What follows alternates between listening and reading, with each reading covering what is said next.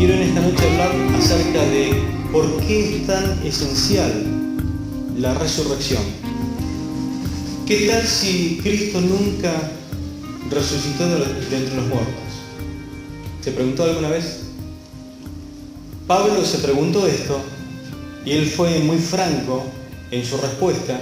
Y quiero que leamos en 1 Corintios capítulo 15, versículo 14 hasta el 19. Yo se lo voy a leer en esta noche en lo que es la Nueva Traducción Viviente, que dice lo siguiente: y si Cristo no resucitó, vana es entonces nuestra predicación, vana es también nuestra fe, y somos hallados falsos testigos de Dios, porque hemos testificado de Dios que Él resucitó a Cristo, al cual no resucitó, si en verdad los muertos no resucitan. Porque si los muertos no resucitan, tampoco Cristo resucitó. Y si Cristo no resucitó, vuestra fe es vana. Aún estáis en vuestros pecados. Entonces también los que durmieron en Cristo perecieron. Si en esta vida solamente esperamos en Cristo, somos los más dignos de conmiseración de todos los hombres. Amén. Todo lo que creemos entonces y hacemos por Cristo en el Evangelio sería totalmente inútil si Cristo no hubiera resucitado. Si Cristo no hubiera resucitado, Jesús sería entonces un terrible o un gran mentiroso, porque varias veces usted habrá escuchado en los Evangelios y habrá leído de que Él prometió morir por nuestros pecados y al tercer día resucitar. Pero además, todo lo que Él enseñó pasaría a estar bajo sospecha. Si no hubiera resucitado, la Biblia que usted tiene en sus manos sería un libro común y corriente, como cualquier otro libro que se vende en cualquier librería. Tendría algo de historia, un poco de poesía, un poco quizás de superstición, algo de cuento, algún detalle más, pero de origen estrictamente humano. Pero ¿qué tal si Cristo resucitó? Nuestra fe no sería inútil. Predicar la palabra de Dios, predicar el Evangelio no sería inútil, porque llevaríamos las buenas noticias a un mundo moribundo en su pecado. Los creyentes que partieron antes que nosotros, entonces están disfrutando de un gozo inexplicable y glorioso en el cielo junto a Él. Si Él resucitó de entre los muertos, en verdad, entonces Jesús sería el Hijo de Dios y no un mero hombre común y corriente como algunos creen.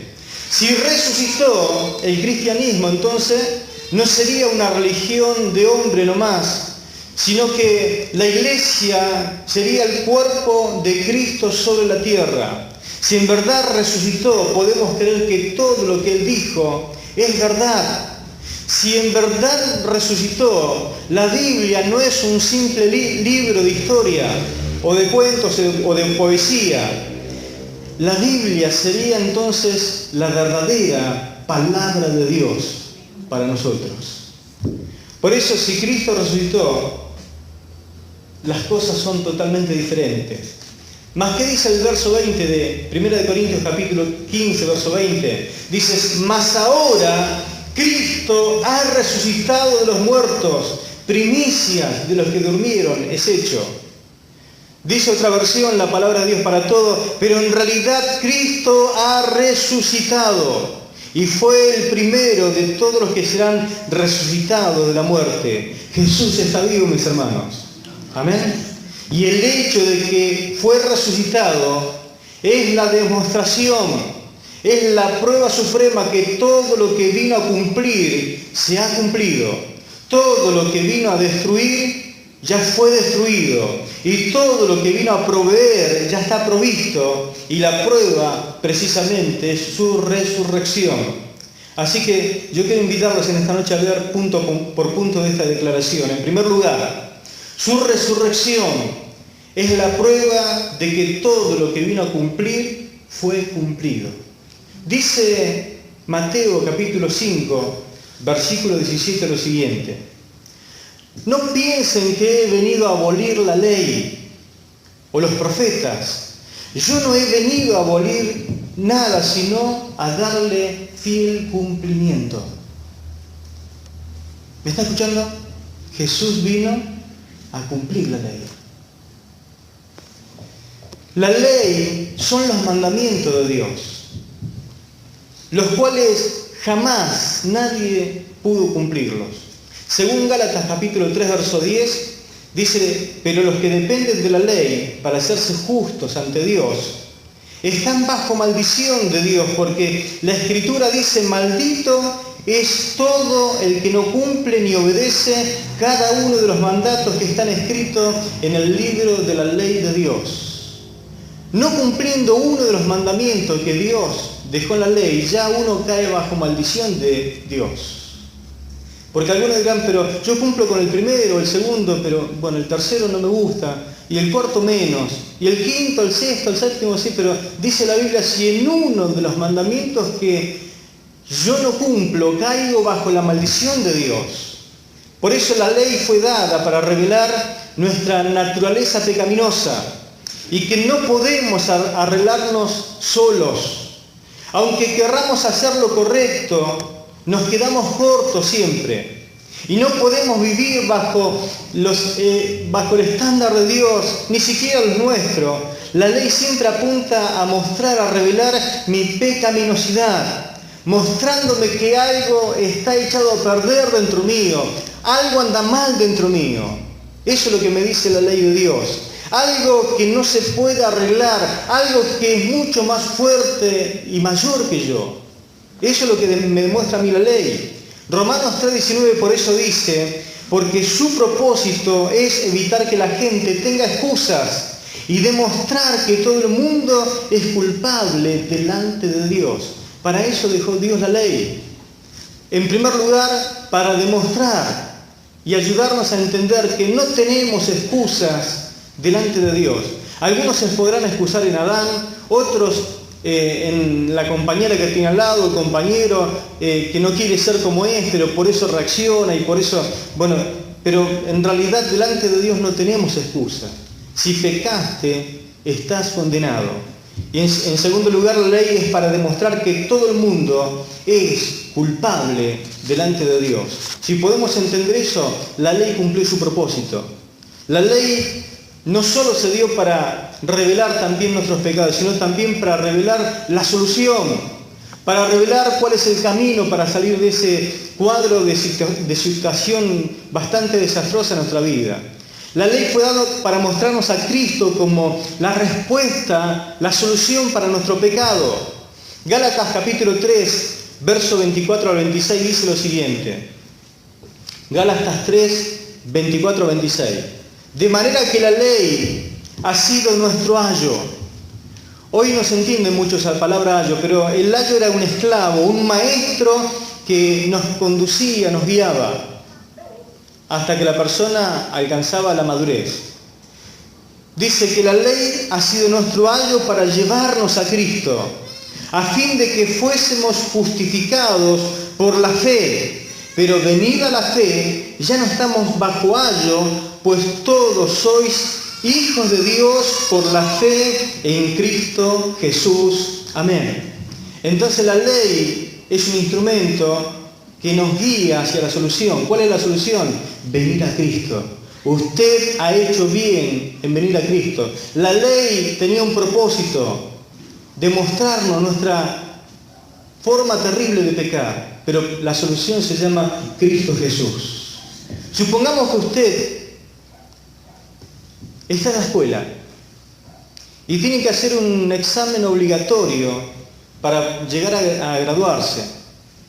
Y por más que usted estudie y se esfuerce, jamás usted sabe que nadie pudo aprobar el examen.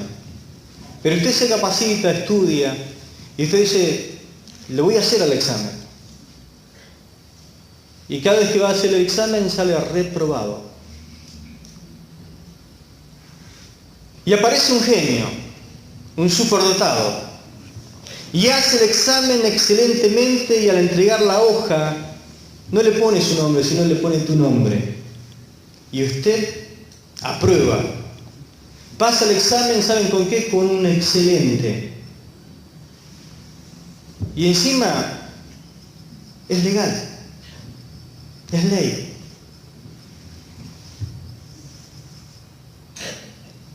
¿Sabe qué pasó? Usted se graduó.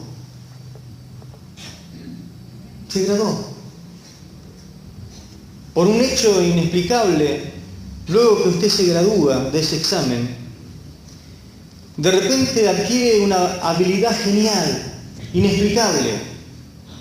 Se le imparte por un hecho inexplicable toda la sabiduría y la gracia que tenía ese hombre que hizo el examen. Y ahora no solamente tiene un examen aprobado, sino que también tiene la capacidad que tenía aquel que hizo el examen por usted.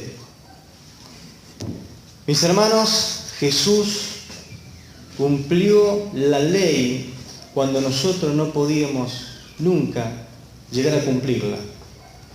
Su nota de examen, cuando él fue al Calvario, se sacó un 10.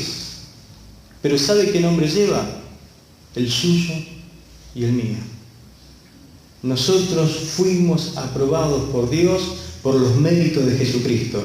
Él vino a cumplir la ley para que usted y yo pudiésemos pasar el examen. ¿Cuánto da gloria a ese Señor? Amén. Todo lo que Él vino a cumplir entonces ya fue cumplido. Cuando aceptas su cumplimiento por fe, inmediatamente es como que cambia tu naturaleza. Hay algo que pasa en tu interior. Y todo lo que no podías hacer antes, ahora sí tienes la capacidad de hacerlo. No porque fueras humanamente capaz, sino porque su espíritu dentro tuyo te capacita para que ahora comiences a vivir una vida diferente. Gloria a Dios. Y usted dirá, ¿dónde dice eso, pastor? Romanos 8:4.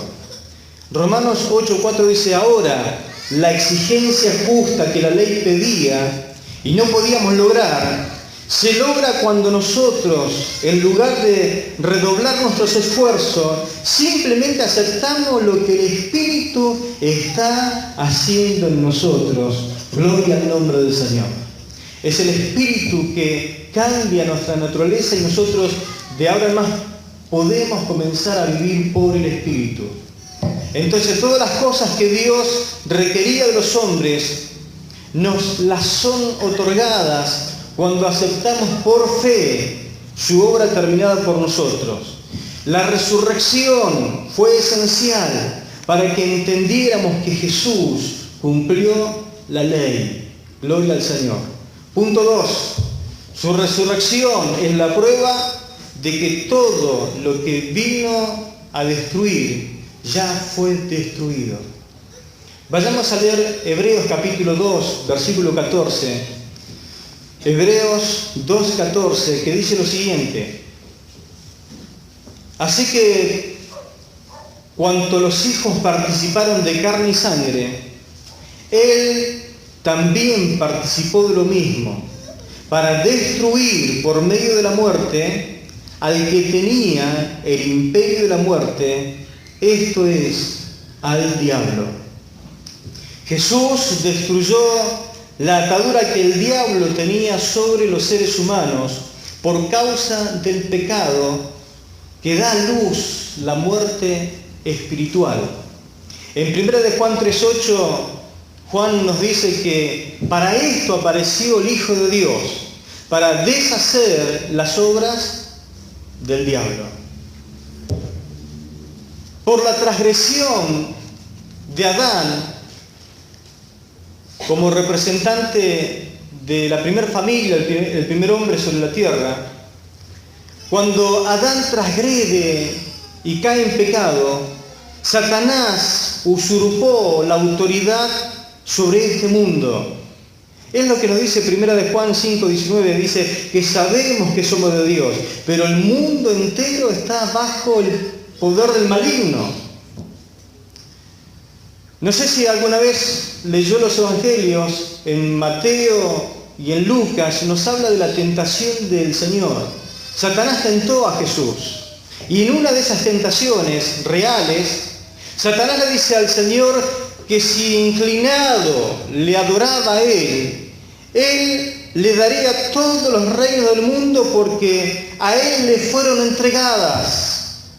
La pregunta sería, ¿pero cuándo obtuvo ese poder? ¿Cuándo le fueron entregadas todas las naciones de los reinos de todo el mundo? Bueno, lo obtuvo precisamente de Adán. Cuando pecó Adán, él se rebeló, porque pecar es rebelarse contra la voluntad de Dios, contra el mandamiento de Dios. Adán pecó, entonces ese pecado tiene que ver con rebelarse contra Dios. Adán en un momento, al rebelarse contra Dios, al pecar, es como que decide no querer estar más bajo la autoridad de Dios, bajo su gobierno. Pecar significa ahora querer arreglársela solos, decidir quedar solo, y no bajo el gobierno y la autoridad de Dios, bajo la cobertura de Dios. Pecar significa que Dios ya no sea su autoridad final sobre su vida. Al tomar esa decisión de pecar, tanto Adán como Eva murieron. Pero la primera muerte fue la muerte espiritual, porque la paga del pecado es muerte. Entonces ellos quedaron separados de Dios. ¿Qué significa el término muerte espiritual? La muerte es separación. Bueno, la muerte espiritual es estar separado de Dios. Como Él era el origen de la raza humana, dice Romanos capítulo 5, verso 12, que el pecado entonces entró a toda la raza humana por lo que Él hizo en ese momento. Dice Romanos 5, 12, al pecar Adán, el pecado entró en la raza humana y su pecado se esparció la muerte en el mundo y todos comenzaron a envejecer y a morir porque todos pecaron. Esta versión es linda y la puse por esto, porque dice, por ese momento, en ese momento de pecar, los hombres comenzaron a envejecer y a morirse por causa del pecado. ¿Por qué? Porque el hombre no fue creado para morir. Por eso es tan antinatural cuando uno tiene que ir a un velorio y estar ahí despidiendo a un ser querido. Por eso el ser humano sabe intuitivamente que algo le falta en su interior por causa del pecado, que tiene un vacío. Alguien dijo así, que el hombre y la mujer tienen un vacío en forma de Dios, que solamente Dios puede llenar. Que debe en algún momento de su vida volver a Dios, y cuanto más rápido lo hagas, bienvenido a los brazos del Señor. Pero el hombre y la mujer necesita volverse a Dios, necesita volver bajo el gobierno de Dios para encontrar sentido a su vida. Pero claro, el diablo usurpó la autoridad y lo hizo no solamente él, sino que vino con todo un paquete, es decir, con todas sus obras juntas, obras diabólicas. Vio cuando alguien conquistaba una tierra o usurpaba otro reino, no solamente venía un ejército, sino que venía a instalar toda esa nación, se venía a instalar para poder transmitir su cultura, su idioma y tratar de avasallar completamente al conquistado. Y el diablo es igual. No solamente conquistó a los reinos de este mundo, sino que también instaló en cada nación y en cada lugar el odio, instaló la inseguridad, puso la maldad, el temor, la enfermedad, el pecado esparció por todas partes, la corrupción. Todas estas cosas han dominado la tierra desde antaño y también siguen este tiempo, porque dice que el mundo está bajo la potestad del diablo. Pero Jesús, mi Señor y tu Señor, pagó un alto precio allí en la cruz del Calvario para poder volver a poner las cosas en su lugar. Y a través de su muerte desarmó, desarticuló, venció totalmente al que tenía el poder de la muerte. Jesús quebrantó el poder usurpador del diablo, quebrantó la espalda del poder del pecado, del miedo, de la opresión, y todo lo conquistó allí en la cruz del Calvario.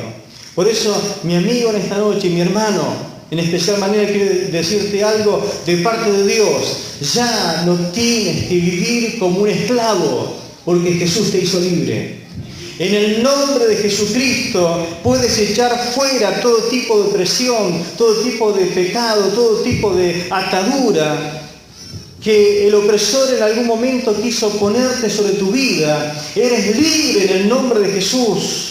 Todo lo que Él vino a destruir ya está destruido. Quizás estés atrapado por algún tipo de adicción o de alguna forma el diablo ha tratado de robarte la felicidad o que trabaja en tu vida de tal forma que no puedes ser el hijo que deseas ser o el padre que deseas ser o la madre que deseas ser o el tipo de hombre o de mujer que desees ser. Pero en esta noche quiero decirte que Él rompió el poder de las tinieblas. Él venció para que usted pueda ser libre en el poderoso nombre de Jesús. Usted puede cambiar. Y en tercer y último lugar, la resurrección es la prueba de que todo lo que Él vino a proveer ya fue provisto. Leemos en Juan 10:10, la segunda parte, que dice lo siguiente: yo he venido para que tengan vida y para que la tengan en abundancia. Una versión dice: mi propósito es darles vida plena y abundante. Muchos han creído la mentira del diablo, que si uno viene a Cristo, vamos a tener una vida confinada, pequeña, descolorida, patética, y te dicen: mira, venir a Cristo va a ser una vida totalmente aburrida y sin sentido. Ahora, nada podría estar más lejos de la verdad que esta mentira. ¿Cuántos son felices en Cristo Jesús? Jesús vino a traernos vida abundante. A pesar de que tengamos problemas y situaciones difíciles, la vida con Cristo tiene sentido. Usted puede sufrir con Cristo o sin Cristo, que es peor. Pero en Cristo Jesús todo sufrimiento tiene un propósito, y es que usted llegue a parecerse a Jesucristo. Amén. Para que tenga más paciencia, para que experimente el gozo en medio de las pruebas y de las circunstancias. Y todo lo que usted pase siempre va a trabajar para ayudar a moldear su carácter para ser parecido al Señor. Pero permite que te comparta de un tipo de vida contraria a la que Él vino a redimirte en la cruz del Calvario. Él vino a redimirte de una vida estrecha, una vida pequeña y una vida superficial. Él vino a librarte de tener una vida insignificante, mísera y confinada. La voluntad de Dios no es que vivas restringido con necesidad o insuficiencia. Él no quiere que tenga una vida inadecuada, débil, vacía o escasa. Ni una vida pobre, patética, devaluada. Jesús vino para librarte de una vida drenada, enfermiza y apretada, de una vida impotente, anémica y sin poder. Él no quiere que estés vencido, que estés bajo una vida inferior, una vida insatisfecha. Nunca vino para que tengas una vida insatisfactoria, decepcionante o desabrida. Él vino para que usted tenga vida y vida en abundancia. Note algunas palabras como sinónimo de lo que Él declara que es una vida abundante. Él vino a traerte una vida rebosante, profusa, una vida plena, una vida rica, una vida gratificante, una vida llena, satisfactoria, cómoda, extravagante, desbordante, fuerte, profunda, ancha, significativa, poderosa, energética, refrescante, vigorizante, fortalecedora. ¿Sigo? Una vida prevaleciente, dominante, atractiva, influyente, vigorosa, robusta, entusiasta, saludable, viva, vibrante. ¿Sigo? dinámica, enérgica, jugosa, perfecta, hermosa, bien provista. Denle un fuerte aplauso al Señor. Esta es la vida que Él vino a proveer y está disponible para ti en este día a través de su obra terminada, a través de la resurrección, a través de su obra suprema. Incontables personas han venido antes que Él y después de Él también diciendo ser que son un tipo de Salvador, ofreciendo esa misma clase de vida, pero ¿sabe qué pasó? La tumba los aprisionó. Sus restos mortales están confinados en un cajón, algunos bajo tierra, y solamente son cadáveres o hoy huesos echados a perder. La muerte tomó posesión de ellos y nunca pudieron ser libres. Ninguno de ellos están vivos, están muertos.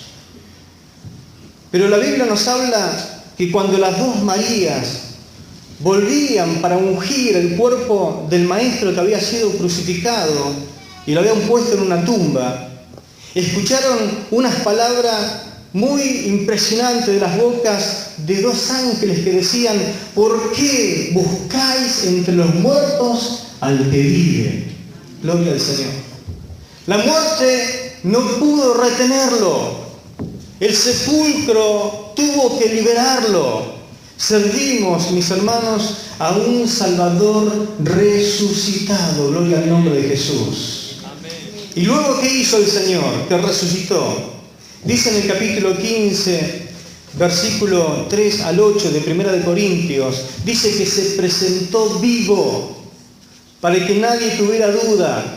En un momento a uno que dudaba, que se llamaba Tomás y que había escuchado, aunque él no estaba presente, pero el Señor es omnisciente y está en todas partes. Él había expresado unas palabras semejantes: si yo no metiere mi mano en el costado, porque yo vi que le traspasaron allí el costado, si no me tire mi dedo sobre los agujeros que penetraron sobre sus manos y sus pies, yo no creeré. Y en un momento el Señor a la semana siguiente se presenta vivo y le dice: paz a vosotros. Me imagino que el corazón se le quería salir del pecho y le dijo: paz, tranquilo muchachos, soy yo, no temáis. Tomás, ¿dónde está? Vení, poné tu mano en mi costado y poné tus dedos en mis agujeros, porque yo soy el que estuvo muerto pero ahora vivo. Amén. Pero bienaventurado el que cree y no ha visto. Bienaventurado usted, mi hermano, que aunque no vio a Cristo, cree en el Cristo resucitado. Gloria a Dios.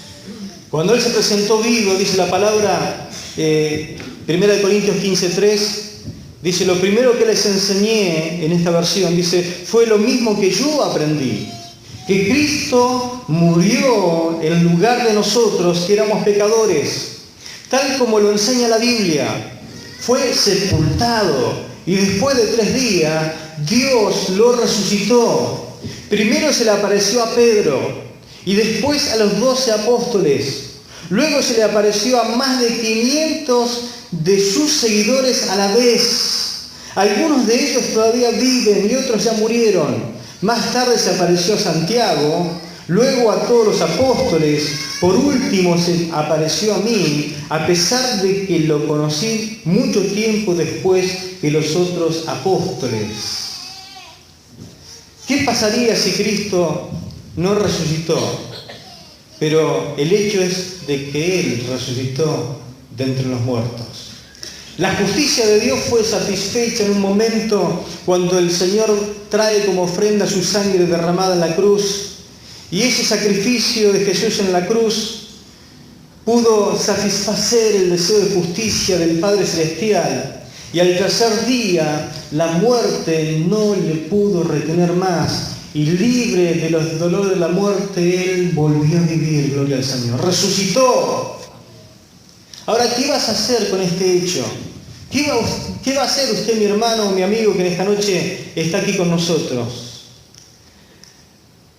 El hecho de que Él resucitó no tiene el poder de ayudarte hasta que usted se lo apropie por fe.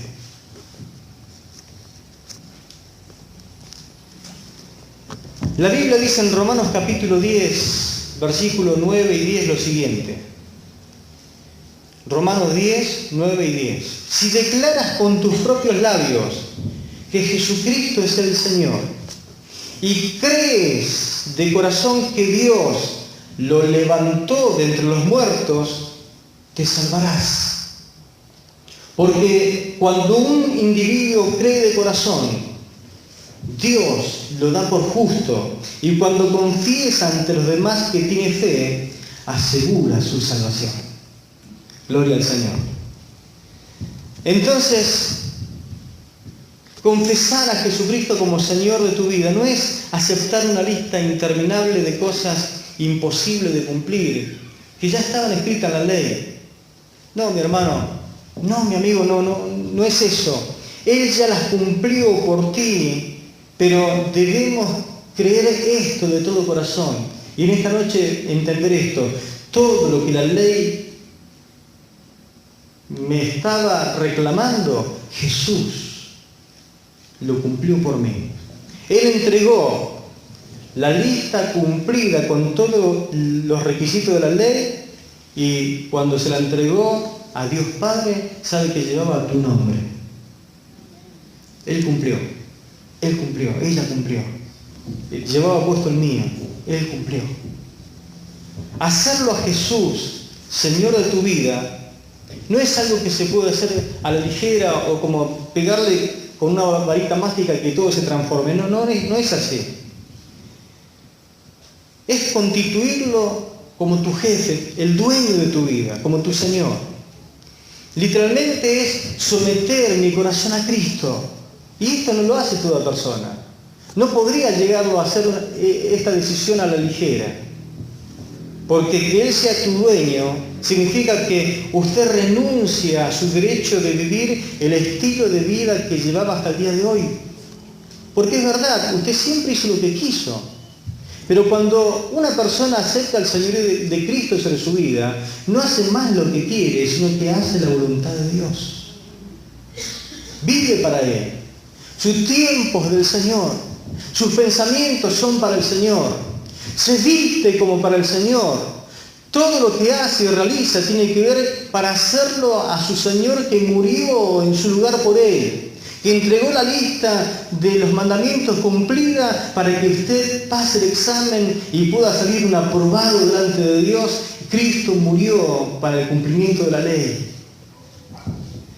Significa de que usted ya renuncia al derecho de vivir su estilo de vida independiente y que dice de verdad, he tomado la decisión de vivir para Él, ya no quiero vivir más en el pecado, moriste en mi lugar y porque moriste en mi lugar y tomaste el lugar que yo merecía, te doy mi vida y quiero de hoy en más vivir para ti. Eso con una actitud humillada, con un corazón abierto delante del Señor, reconociendo la necesidad de Dios. Cuando uno hace esto y se entrega a Cristo con todo el corazón y lo acepta como el Señor de su vida, algo cambia en tu interior. Todo el esfuerzo que usted hizo para cambiar nunca pudo lograrlo, pero del momento que usted acepta a Cristo, algo sucede en su interior. La Biblia lo llama el nuevo nacimiento. Usted pasa de muerte a vida. Y lo tiene que hacer de verdad. Permítame hacer un paréntesis y aclarar algo. Acá no sirve de que tus abuelos eran creyentes o de que tu papá te llevaba a la iglesia. Esto tiene que ser hecho en forma personal. Decirle, Señor, es imposible de que yo sea salvo o sea salva por mis propias fuerzas o mis propias obras. Por eso vino Jesús a morir en tu lugar, para que seas salvo. Para comprar para ti eterna salvación. Pero tenés que aceptarla, tenés que recibirla. Y el hecho de aceptar y recibir significa de que algo en tu interior va a cambiar cuando suceda esto.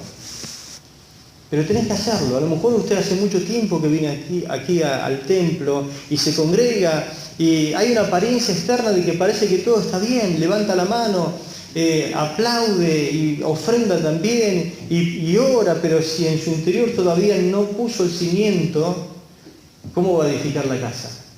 Si todavía no comenzó con el comienzo de la vida cristiana, no puede hacer lo otro porque lo único que tendría es religión. La religión, como la ley, no sirve para salvar al hombre.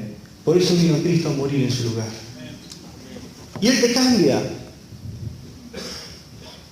No estás tú otra vez tratando de cambiar. Hay algo en tu interior que te ayuda a cambiar los deseos, y hay un cambio de actitud, y hay un deseo incontenible de querer servir al Señor. Quisiera en esta noche que eso se pueda producir en tu vida. Pero yo no lo puedo hacer por ti. Es entre usted y el Señor.